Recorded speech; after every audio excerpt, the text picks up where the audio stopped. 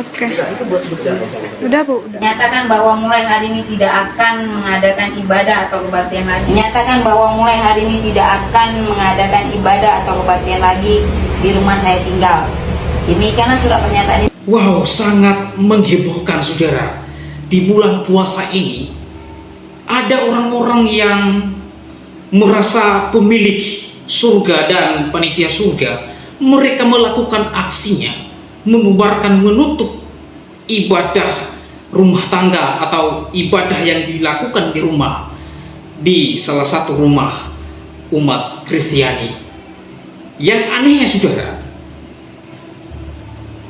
sekelompok orang tersebut mereka menyuruh si pemilik rumah untuk membuat satu pernyataan untuk tidak lagi dipakai rumahnya untuk beribadah. Ini sungguh sangat menyedihkan saudara. Negara ini dibuat apa? Bangsa ini dibuat apa oleh para intoleran, para pemilik surga ini? Ya, ini di bulan puasa loh. Seharusnya orang-orang itu, pemilik surga ini, mereka melakukan kebaikan, mereka melakukan amal untuk berbuat baik terhadap orang lain. Tetapi apa yang terjadi? Mereka menutup, membubarkan ibadah yang dilakukan di rumah. Ini sungguh sangat menyedihkan kelakuan para intoleran ini. Oleh karenanya saya mengajak teman-teman untuk menyaksikan videonya sampai selesai, dan setelah itu kita akan memberikan komentar terhadap kelakuan orang-orang yang merasa pemilik surga dan panitia surga. Ini lihat ya videonya yang berikut ini.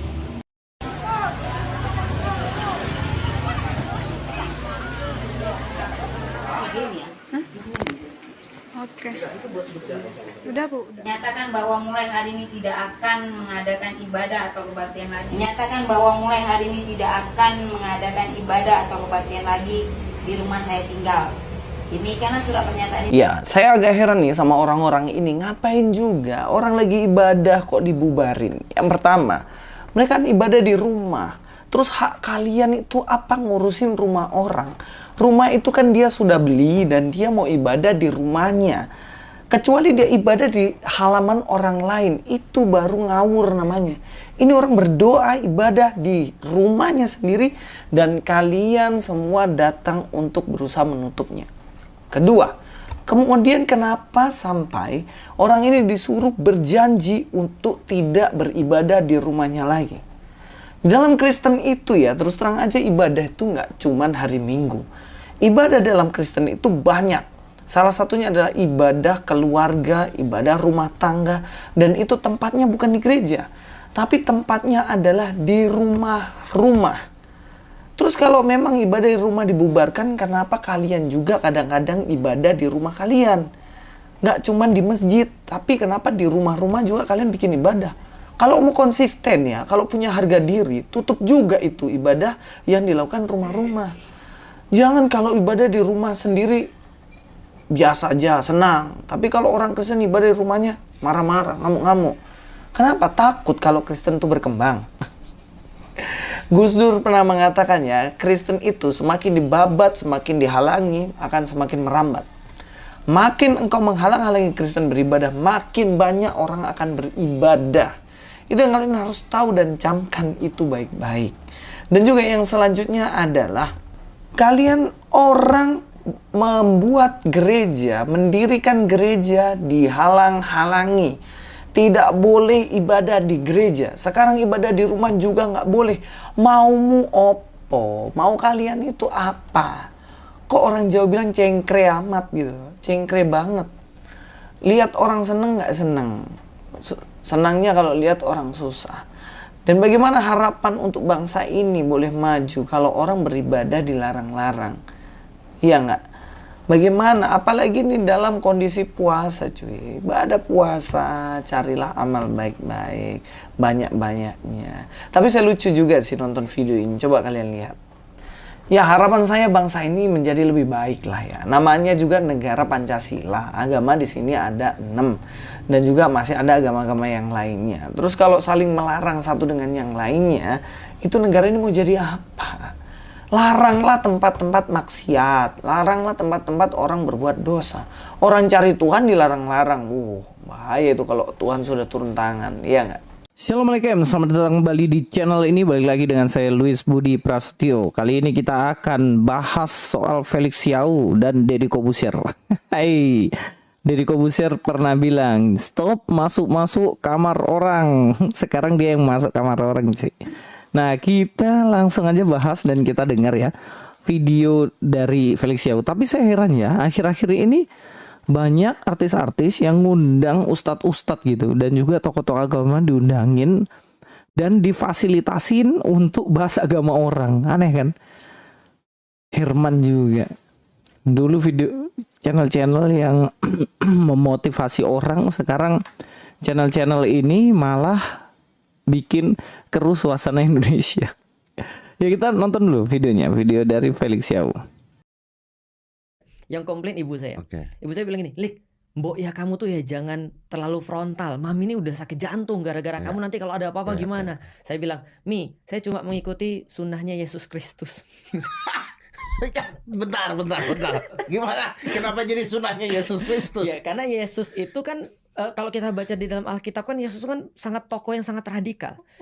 Kan dia datang ke bait Allah. Bait Allah ketika ada Orang lagi orang jualan, lagi jualan, mejanya dibalikin. Saya nggak pernah gitu loh, Mas. Saya nggak pernah membolak-balikkan meja orang loh, Mas. Tapi yang dilakukan oleh Yesus kan seperti saya bilang, saya melakukan itu, dan karena itulah Romawi kan akhirnya benci sama dia, karena dia ke provokator. Iya, betul. Nah, jadi saya cuma mengikuti sunnah Yesus Kristus. Ibu saya bilang, beda, dia Tuhan, kamu bukan. Oh ya sudah. Ya tapi ya udahlah ya. Nah, terus kemudian bapak saya bilang, akhirnya dia menangis kan, dia bilang gini, kamu tuh Lik, ibu mau kamu ajak debat? Enggak sih, cuma guyonan aja saja. Iya, saya lihat sih Deddy Corbuzier dia ketawa bahagia ya, saking menikmatinya masuk kamar orang, cuy. Kapan hari dia marah-marah ngomong, gak boleh, kamu itu Elia masuk ranah Kristen, ranah Kristen, masuk ranahnya Islam. Sekarang kamu bahas Yesus Kristus, ketawa-ketawa ngejek, Dedi. Apa-apaan dirimu ini, nggak konsisten. Nah, sekarang saya bahas Felix Xiao. Dia bawa Yesus Kristus yang radikal katanya, dan dia mengatakan bahwa dia mengikuti sunnah Yesus Kristus. Sejak kapan Yesus Kristus mengajarkan sunnah radikal? Gak ada. Radikalnya Kristen tuh ya sebenarnya. Makin radikal makin mengasihi Tuhan dan makin mengasihi musuhnya. Tapi kenapa di sini kok dia mengutip tentang Yesus yang mengobrak-abrik meja dan lain-lain? Apakah ini bentuk radikalismenya Yesus sehingga kita harus mengikuti itu seperti Felix Xiao mengikuti itu? Nah, saya Herman. Felix Xiao ini dulu ngaku mantan Kristen, mantan Katolik. Lama-lama dirubah menjadi mantan ateis. Karena beberapa kali kita langsung bahas dan ketahuan dia itu sebenarnya nggak tahu apa-apa tentang kekristenan. Kita akan lihat Yesus Kristus yang mana dia mengobrak-abrik meja. Ada apa sebenarnya? Kita akan lihat dalam bagian ini. Ya, kita lihat di dalam kitab Matius ya guys ya. Kita lihat dalam Matius. Lalu Yesus masuk bait Allah dan mengusir semua orang yang berjual beli di halaman bait Allah. Ia membalikkan meja-meja penukar uang dan bangku-bangku pedagang merpati. Ada persoalan apa di sini? Ada persoalan apa kok sampai Yesus membalikkan meja-meja, mengusir semua hewan-hewan di situ, dan juga kemudian dia mengusir orang-orang yang dagang di situ. Kalian perhatikan nggak? Yesus tuh dagang di mana? Kok Yesus dagang di mana? Orang-orang itu dagang di mana? Sehingga Yesus Kristus mengusir. Kalian perhatikan nggak? Mereka dagang di bait Allah. Bait Allah yang seharusnya rumah doa dipakai mereka untuk jual beli dagangan. Kalian tahu, bait Allah itu tempat di mana seseorang datang memberikan korban persembahan kepada Tuhan. Tetapi orang-orang ini berjualan di pintu, dan kemudian mereka menjual itu, dan mereka kong kali kong sama imam-imam yang ada di dalam. Mereka kasih persenan kepada imam-imam dan dipakai bisnis bait Allah itu. Yang seharusnya bait Allah jadi rumah doa justru dipakai untuk berjualan di situ, mencari keuntungan. Makanya Yesus di situ membalikkan semuanya dan diusir mereka supaya tempat-tempat itu bisa dipakai untuk beribadah. Di tempat yang mereka pakai dagang itu seharusnya dipakai bangsa-bangsa lain untuk beribadah kepada Tuhan. Itu tempatnya mereka dari bangsa lain, tapi dipakai untuk dagang. Makanya di situ nggak bisa lagi dipakai untuk doa. Kalau kita lihat di ayat yang selanjutnya ya. Dan berkata kepada mereka, ada tertulis, rumahku akan disebut rumah doa, tetapi kamu menjadikannya sarang penyamun. Jadi Yesus mengembalikan fungsinya untuk menjadi rumah doa. Bait Allah, rumah Tuhan yang seharusnya dipakai untuk berdoa kepada Tuhan dipakai untuk dagang. Makanya Yesus kembalikan fungsinya supaya bait Allah menjadi rumah doa lagi. Beda dengan radikalmu. Radikalmu itu apa? Gereja, rumah doa yang dipakai untuk berdoa justru kamu tutup, kamu larang beribadah, diusir semua orang yang beribadah di situ supaya gereja nggak berdiri, nggak ada tempat untuk berdoa lagi. Ya kebalik dong. Yesus membuat gereja yang disalahgunakan dijadikan rumah doa lagi. Lah ini radikalismemu. Kamu tutup gereja-gereja tempat ibadah supaya bisa dipakai untuk dagang. Susah lah. Kok ngomong sunahnya Yesus Kristus? Ngomong kosong itu. Iya nggak? Kalau memang kamu ikuti sunahnya Yesus Kristus, oke lah. Tolong itu orang-orang yang gerejanya ditutupin itu kamu bela mati-matian mereka. Supaya mereka bisa beribadah pada Allah yang benar. Yesus Kristus itu membuat bait Allah kemudian bisa menjadi rumah doa kepada Tuhan. Padahal sebelumnya disalahgunakan. Jadi janganlah dipakai untuk itu. Kita lihat ya. Yesus Kristus itu dalam radikal, dia tidak mau membunuh orang. Kalau dalam Lukas 22 ayat 51, tapi Yesus berkata, sudahlah itu. Lalu ia menjamah telinga orang itu dan menyembuhkannya. Waktu itu Petrus, dia bawa pedang. Kemudian memotong telinga dari salah seorang prajurit itu. Dan Yesus justru marah kepada Petrus. Gak boleh Petrus kau lakukan itu. Orang yang hidup dari pedang, dia akan mati oleh karena pedang. Kemudian Yesus tempel itu telinganya dan disembuhkan. Dia tidak mengajak, ayo Petrus bela saya, ayo itu potong telinganya, potong lehernya. Ada Yesus radikalnya kayak gitu. Lo enggak dong. Sepanjang Alkitab, Yesus marah itu ketika rumah Tuhan dijadikan sarang penyamun. Tapi ketika Yesus dianiaya, ketika Yesus perlakukan tidak adil, dia tidak ngamuk-ngamuk coy. Itu yang sebenarnya diajarkan Yesus. Kalau ngaku sunahnya Yesus, masa teriak-teriak untuk menentang orang yang gak seiman? Apa-apaan lu? Ya gak? Berusaha untuk binasakan orang ini, mereka kafir. Mana itu? Gak bisa dong. Janganlah comot-comot sembarangan. Deddy Kobusier, wah sayang sekali Anda lu. Katanya nggak boleh ngusik kamar orang. Sekarang ketawa-ketawain lagi Tuhan Yesus, jadi jokes lagi. Minta ampun, minta ampun. Saya kira Anda sudah mualaf. Agama Anda tidak percaya Yesus. Kalau Felicia bilang ini, saya mengikuti sunnah Yesus Kristus. Dan Anda bilang, ya kan Yesus itu Isa. Ada nggak kisah Yesus membalikkan meja dan lain-lain itu di kitab Anda? Ada nggak? Nggak ada kan? Tidak ada, itu dalam kitabnya orang Kristen. Orang Kristen punya kitab. Jadi bukan ranah Anda masuk kamar kami cuy. Kalau ditanya, wah Louis juga ini masuk kamar orang terus, minta maaf. Saya tidak membahas kitab orang lain. Saya membela kitab saya yang dibahas semena-mena oleh kalian. Teman-teman, itulah dia video di mana sekelompok orang yang merasa memiliki dan pemilik surga, yang dimana mereka ini ketakutan, gemetar ketika orang Kristiani beribadah di rumah. Ya, kalau kita melihat tadi video tersebut, mereka bukan hanya membubarkan saudara, mereka bukan hanya menutup ibadah rumah tangga, atau ibadah yang dilakukan di rumah tersebut. Tetapi yang paling tidak masuk akal adalah mereka menyuruh si pemilik rumah untuk tidak dijadikan rumahnya tempat untuk ibadah. Ini sungguh miris terjadi, terus-menerus terjadi di kalangan umat Kristiani. Tiap tahun hal semacam ini, ada penolakan gereja, ada yang membubarkan gereja, masuk ke dalam gereja, membubarkan ibadah yang sedang berlangsung. Dan pada tahun ini, di bulan puasa ini, mereka membubarkan ibadah. Nah teman-teman, di dalam video tersebut ada beberapa oknum polisi. Mereka diam membisu. Apalah bangsa ini? Ya.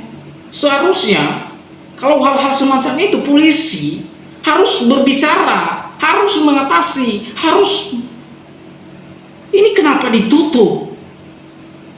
Ini orang sedang beribadah, bukan mabuk-mabukan.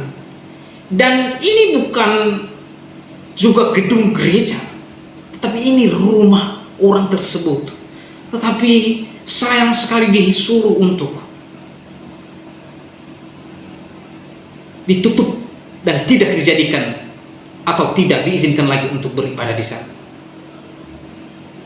Sungguh-sungguh sangat meresahkan, khususnya umat Kristiani di Indonesia ini. Nah, teruntuk kepada Bapak Presiden Joko Widodo, TNI dan Polri, mohon untuk ditindak secara tegas para intoleran di bangsa ini, para yang tidak menghargai keberadaan agama di negeri ini, ditindak secara tegas. Kalau tidak ditindak secara tegas, maka yang terjadi terus-menerus terjadi terhadap umat Kristiani. Dan ada saatnya akan nanti kami marah. Saya mau katakan itu kepada orang-orang ini. Ya, masa ibadah di rumah ditutup dan dibubarkan. Apa yang menjadi ketakutan dan kecemasan para intoleran ini? Apa yang menjadi kegelisahan mereka ketika kami umat Kristiani beribadah di rumah? Masakah harus ada izin untuk beribadah di rumah? Harus ada izin pembangunan? Ini bukan gereja, gedung gereja, bukan. Ini rumah. Sebagaimana juga agama lain, mereka beribadah di rumah-rumah. Tetapi kami orang Kristen, ketika agama lain beribadah di rumah-rumah, kami tidak pernah mengganggu mereka. Umat Kristen tidak pernah mengganggu dan menutup dan membubarkan. Hanya ibadah di rumah. Kok enak sekali mereka. Ini sangat kocak dan ngalor ngidul para intoleran ini. Oleh sebab itu saya mohon kepada teman-teman untuk viralkan video ini. Kita terus bersuara terhadap tindakan para intoleran di negeri. Oleh karenanya, bagaimana tanggapan dan gagasan saudara setelah menyaksikan videonya? Berharap teman-teman berkomentar di kolom komentar dan berkomentar yang bijak. Kiranya komentar saudara memberikan dampak, bukan seperti mereka yang menghina, mereka yang melecehkan, mereka yang mengkafir-kafir, mereka yang menghujat salib. Karena Yesus tidak pernah mengajarkan mulut seperti itu, tapi Yesus mengatakan kita harus mendoakan bagi mereka yang menganiaya kita. Kita pakai mulut ini untuk mendoakan mereka, dan kiranya mulut dan perkataan kita ini kita jadikan menjadi berkat bagi orang lain. Demikian video saya kali ini. Sampai bertemu di video saya selanjutnya. Tuhan Yesus memberkati kita semua. Shalom.